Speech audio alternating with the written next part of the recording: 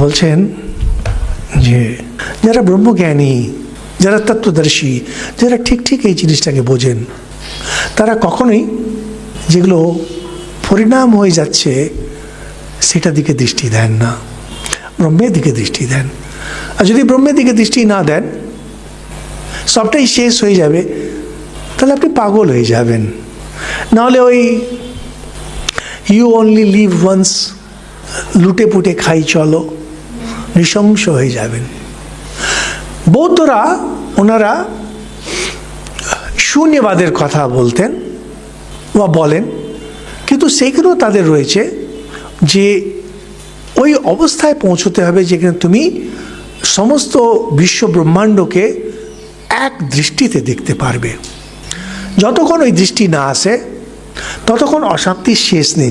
কিন্তু পরে পরে আচার্য বলবেন যে যদি এটাকে থিওরিটিক্যালিও বুঝে নেওয়া যায়, মাঝে মাঝেও যদি জীবনে লাগানো যায়, তাহলে কিন্তু একটা বিরাট কিছু হয়ে গেল।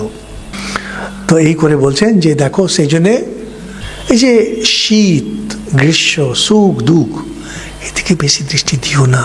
আমি অনেক আগে, বাচ্চার স্বভাব, তো একদিন ওরকম খুব ঠান্ডা পড়েছে, তো আমি ওরকম সেই বসে, ও কি ঠান্ডা কি ঠান্ডা।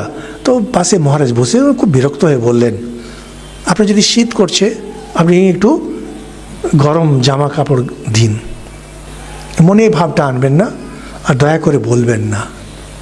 মনকে কোনো পরিস্থিতিতে সেই যে শেষ সত্য সেখান থেকে আপনি কি করতে হবে করুন বাঁচার জন্যে। যদি না পারেন তাহলে মেনে নিন, পরে বলবেন তসমাৎ অপরিহার্য, এটা অপরিহার্য।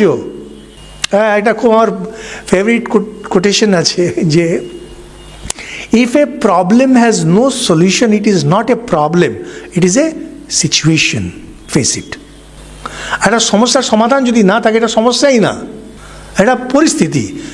পরিস্থিতির কখনো সমাধান হয় না, পরিস্থিতিকে মেনে চলতে হয়। বাইরে বৃষ্টি পড়ছে, এটা সমস্যা, ছাতা নিয়ে যান। আপনার বাড়িতে জল লিক করছে, ছাদকে সামলান, সারান। কিন্তু আপনার ছেলে মরে গেছে, এখন কী করবেন আপনি? এটা পরিস্থিতি, সেই ছেলে তার আসবে না। শান্ত হন, শান্ত হন। অর্থ হলো মনকে কোনো পরিস্থিতিতে কখনো চঞ্চল হতে দেওয়া চলবে না।